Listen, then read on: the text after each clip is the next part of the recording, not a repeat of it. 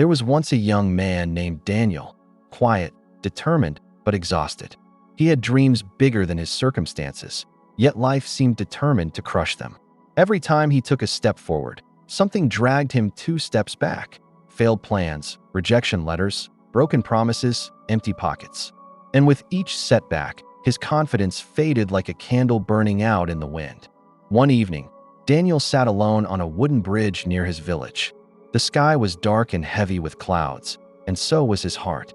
He looked down at the water and whispered, "Maybe I'm not meant to make it. Maybe I'm just not enough."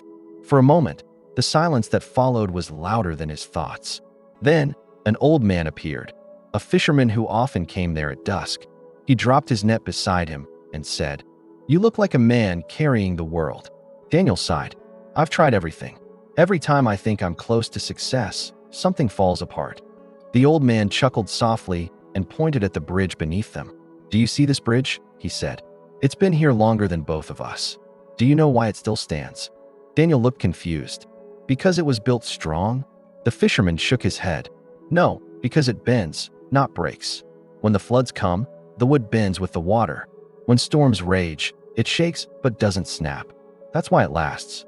Strength isn't about never falling, son. It's about bending when life pushes hard." Daniel sat silently.